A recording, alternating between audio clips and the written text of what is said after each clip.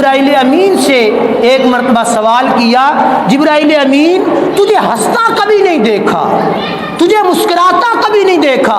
تو جبرائیل امین نے عرض کیا، یا رسول اللہ صلی اللہ تعالی علیہ وسلم، جب رب نے جہنم کو پیدا کیا میں اس وقت دیکھ رہا تھا اور میں نے اللہ کی بارگاہ میں سوال کیا، باری تعالیٰ یہ کن کے لیے ہے؟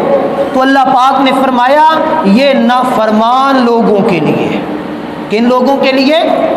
نافرمان، جو میرا حکم نہیں مانیں گے، جو میرا دین نہیں مانیں گے، جو شریعت نہیں مانیں گے، ان کے لیے اس جہنم کو تیار کیا ہے۔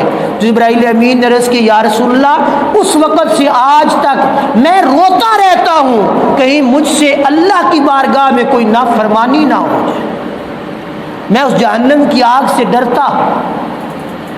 تو یار ہم لوگ وہ فرشتے ہو کر اتنا ڈرتے ہیں۔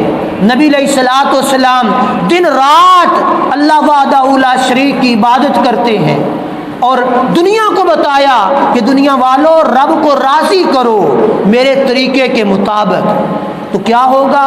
رب کی رحمتیں برسیں گی۔ آج ہم لوگ زحمتوں میں گرفتار بھی ہیں، ہم لوگ پریشانیوں میں مبتلا بھی ہیں، پھر بھی رب کا حکم ہم لوگ نہیں مانتے۔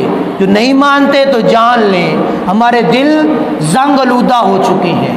خدا کے لیے ان دلوں کو صاف کرو، ایسا نہ ہو کہ اسی حالت میں موت آ جائے، اسی حالت میں موت آ جائے۔ اور اللہ پاک جل شانہ نے بڑی خوبصورت بات فرمائی، یا ایھا الذین آمنوا اتقوا اللہ حق تقاتہ ولا تموتن الا وانتم مسلمون۔ اے ایمان والو اللہ سے ڈرو جیسا اس سے ڈرنے کا حق ہے، اور ضرور تمہیں موت صرف اسلام پر آئے۔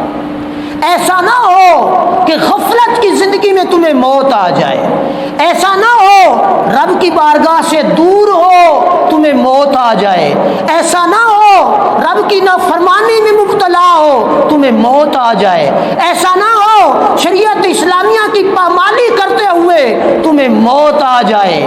اگر اس حال میں موت آ گئی تو پھر سوچیں ہمارا بنے گا کیا؟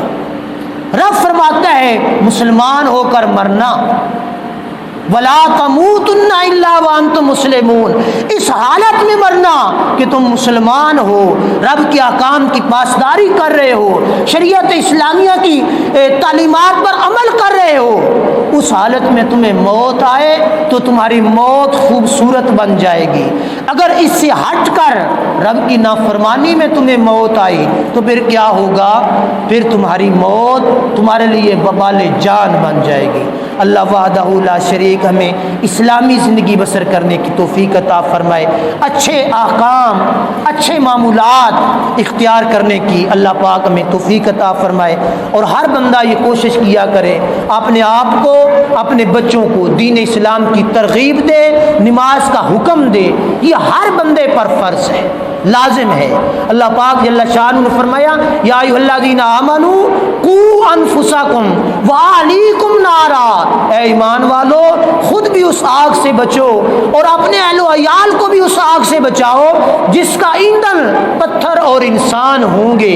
اس آگ میں مسلمانوں تم نہ جانا، اپنے آپ کو بھی بچاؤ، اپنی ذریت کو بھی بچاؤ۔ اللہ پاک ہمیں اس آگ سے بچنے کی توفیق عطا فرمائے۔